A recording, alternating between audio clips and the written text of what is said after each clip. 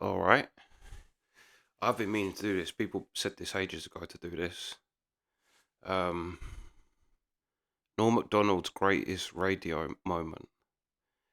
I don't know how to pronounce that. Jason Sudeikis, guessing. Jason Sudeikis couldn't get a word in. That's also not a good, easy name to have at school. Jesus, Sudeikis. But anyway, yeah. Apparently this is joke. So let's go.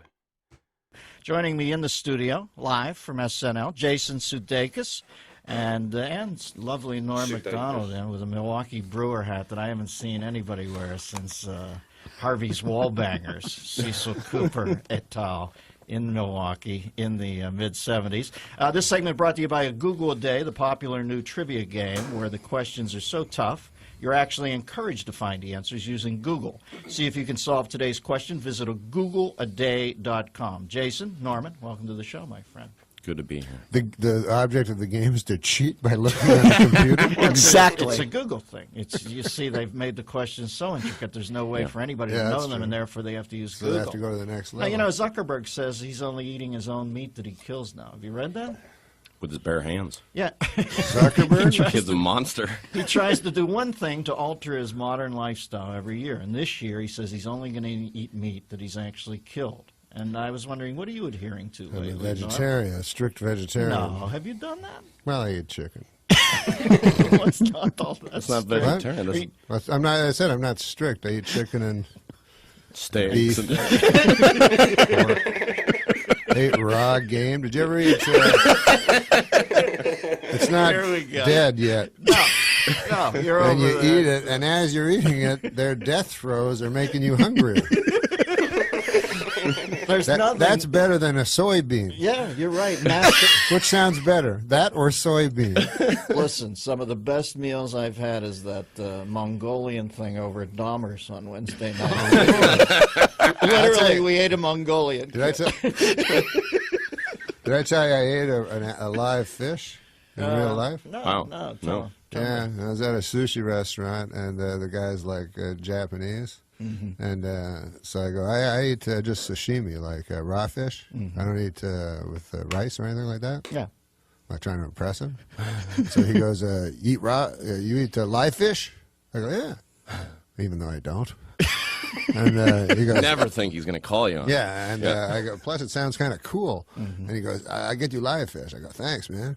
Like I was an inside guy, and then he brought out a fish and hit it and knocked it out and put it on a stick. It was live. And that clears out a sushi bar.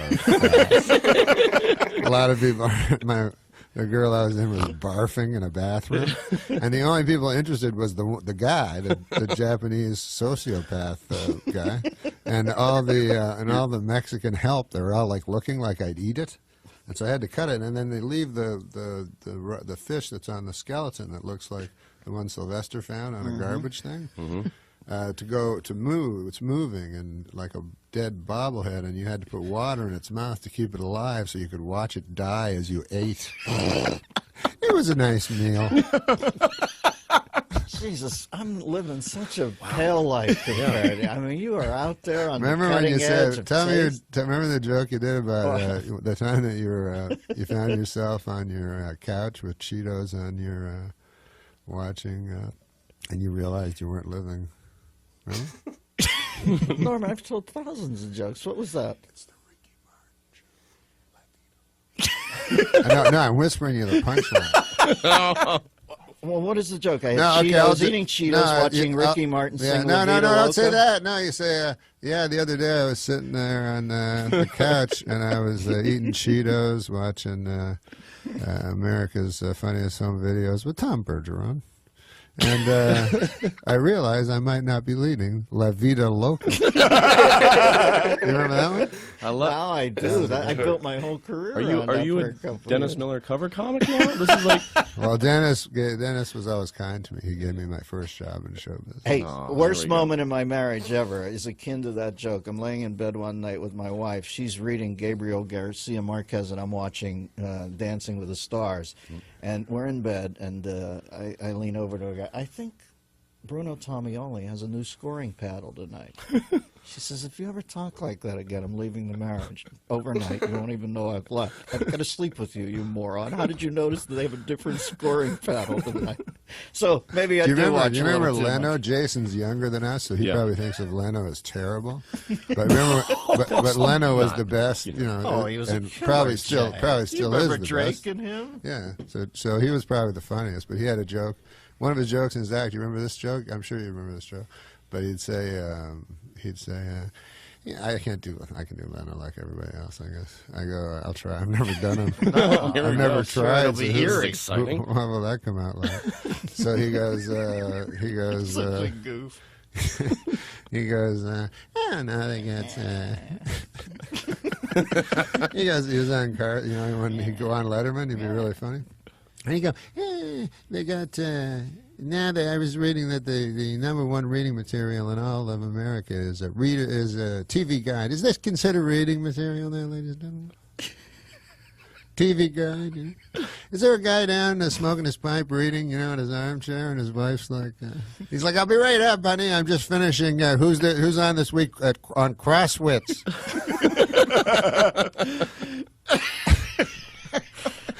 You remember that night I was at, we're talking to Jason Sudeikis, and Norm's taking us down memory lane. But Norm, sorry about that. Who needs Jason. Google? Norm used to write for me at an old show I had for like 6 months at the Chicago Tribune. I got whacked. But Norm and Drake Sather, who was a genius. Drake, no longer with us, God rest his soul, but he was a genius. And a good cat, a sweet, sweet cat. But they used to tinfoil the windows. They'd sit in there. They would never send jokes out. I would stick my head in. There'd be 2 cigarette lights in there, like fireflies in the night. I'd go, you poison bastards have anything? They'd slide jokes out later. But I remember one night I'm with Drake at the Improv, and Jay was very avuncular then. He was like the paterfamilias for the comedic community. He would come in a corncob hat or a corncob pipe and a straw hat, and he would lecture on comedy up in the attic. And I remember that I'm sitting there with Drake one night, Norm's writing mate, and Jay goes off on his 10 cardinal rules of comedy. You never save a joke for the next shot. If you have 14 jokes and they want 13, Yeah, you no do shot. the best 13. You say, Who tell you there's an next shot? Yeah, exactly. Get the check. Tell joke, get check. So anyway, he gets to the end of these 10 rules, and all these comedians are sitting at the hem of his cloak looking up at him like he's Aristotle, and Drake says, hey, thanks, Jay, but I have a father. Was he the best? Tell me a little Drake, man. Drake and I had the same show. Like, he gave us a job, Dennis, because we were just doing stand-up. Oh, come on. Can you imagine that? You're lucky, Jason. You're lucky What enough year is this? So my manager, 92. I had Gotcha. I had a manager. I can't say his name, but Bombastic Bushkin, Right. And he said, I said, hey, I heard that guy Dennis Miller's doing a talk show. You know, maybe I could do some jokes for him. I've seen him talk on TV. Right. So maybe I've heard I would always have to tell him like what I'd heard about show business from watching the Dick Van Dyke Show years ago. I go, he'll probably need writers like Buddy Sorrell. So anyways, they look into it, and you have to send in jokes, like a big packet of jokes. So like it's about the news, you know. So I never read the newspaper or anything. So I go to this Denny's and I start reading the newspaper trying to pick up jokes. Nothing. Every story is real serious, you know, and I'm deep into it and getting sleepy and stuff, you know. So anyways, I wrote like 10 jokes, and then 9 of them really sucked, you know, and there was one like, all right, one. So I didn't know what to do. So I said, I phoned my manager. I said, maybe I should just write in this one, you know, send one. Because if he looks at 10, you know, he's going to go, oh, 90% he's horrible. That one was pure, though, baby. That was uncut. But anyway, so I sent him one, and then I got the joke. And then I think people thought I did it on purpose, but I didn't do it on purpose. It was just Norman, you were a monster right out of the box. I saw Norman do a joke once. You remember the joke about the homeless guy's dog? Oh, yeah. Could be the greatest joke ever written. I feel sorry for the homeless guy. I really feel sorry for his dog, though, because you know the dog's thinking, this is the longest walk. Does this thing have a payoff, pal? Because I could do this on my own. I remember the first moment I saw that I can do this joke. on my own. Thanks for the leash. Norman Macdonald and Jason Sudeikis was. Now, Jason has a film coming out. We're going to talk about it on the other side of the break. Jason, and, Jason Norman's is a guy. got the sports show. Jason is a guy I didn't pick from Saturday Night Live to become a major motion. Oh, he's a picture star. killer. Why not? Come on. No, I'm happy for you. I picked Dennis. Oh, I got you. I thought he was going to be a big movie star. Oh, no, it's not a bad thing. I didn't pick Sandler. Yeah. I didn't pick Sandler. Well, you know what, Sandler, early on, though, I remember thinking. Because he was in Mixed Nuts. And I remember, I don't think he's going to be the #1 box office No, guy. but you got to admit, early on, there was something that In made a me room. quizzical about him. Women dug him. You know, women. But also liked in a him room, lot. he was hilarious. Oh. I remember Like he was the funniest my guy. first year at SNL. You came back like around Christmas Yeah, time, okay. and you came walking into the office. Well, don't tell. No. And you're just like looking around. No, I'm not. This isn't a story where you That's not a raped good someone. thing for me to No, yell. some of And, this. no, It's not a good thing for me to yell, don't tell. At any point.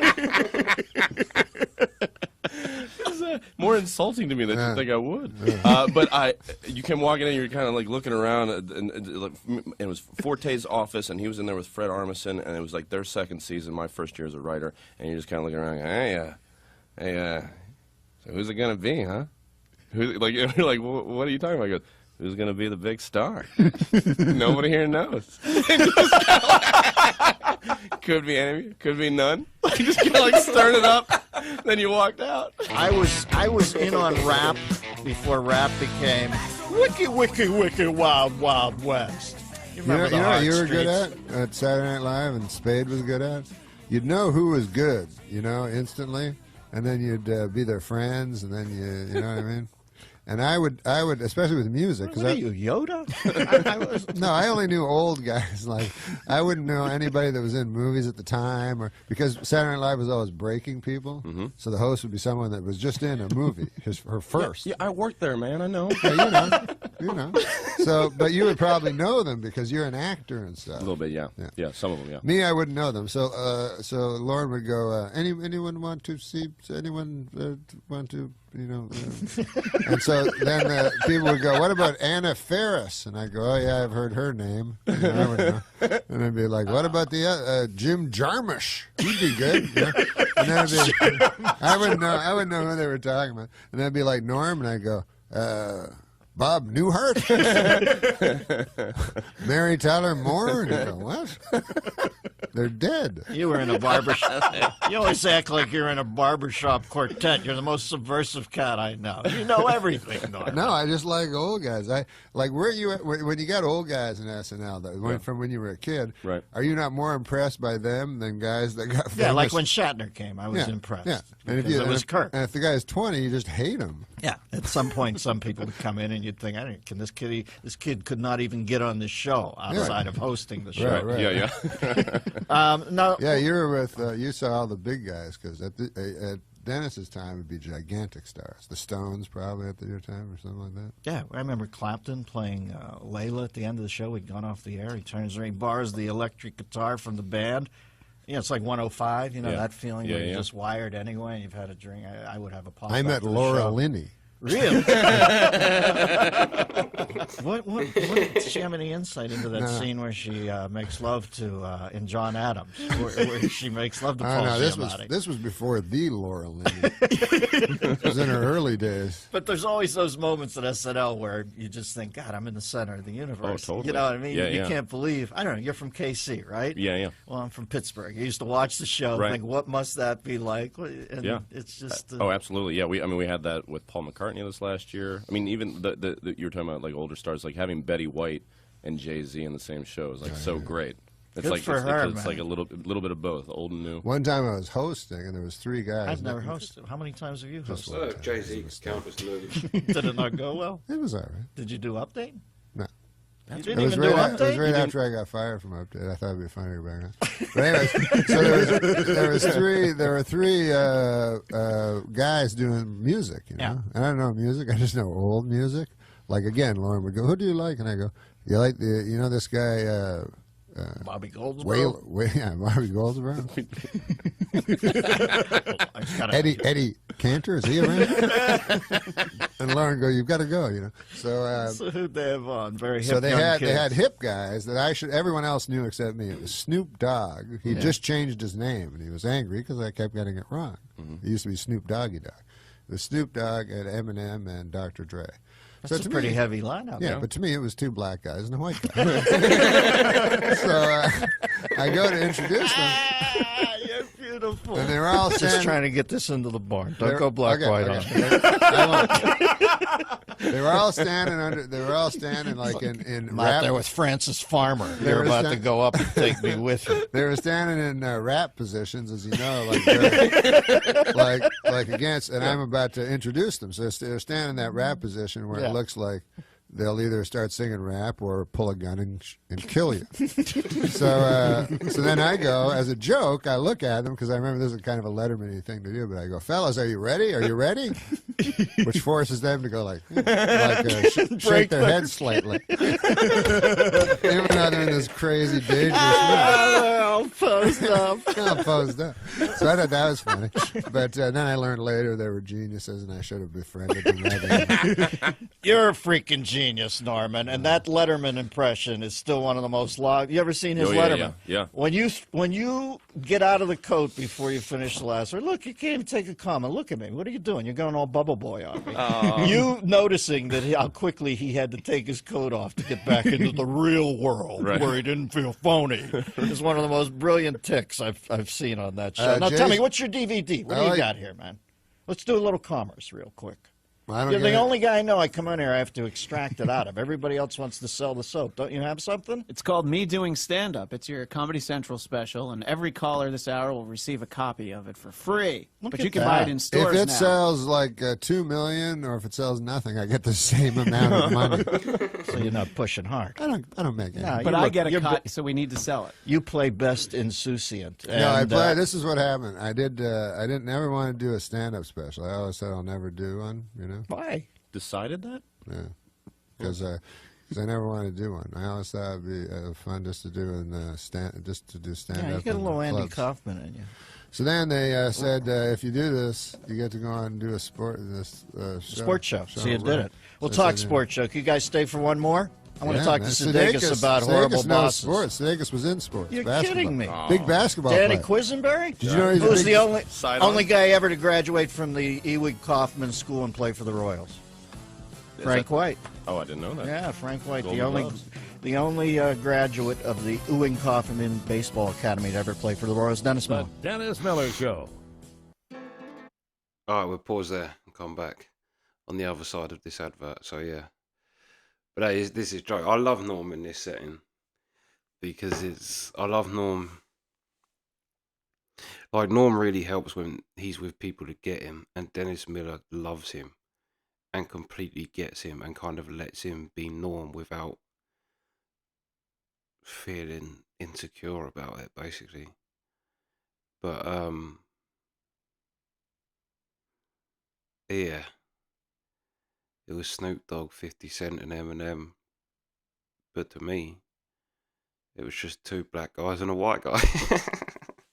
That's a great line. But yeah,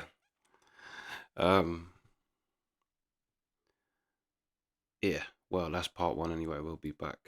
But that's the reaction. Sweet.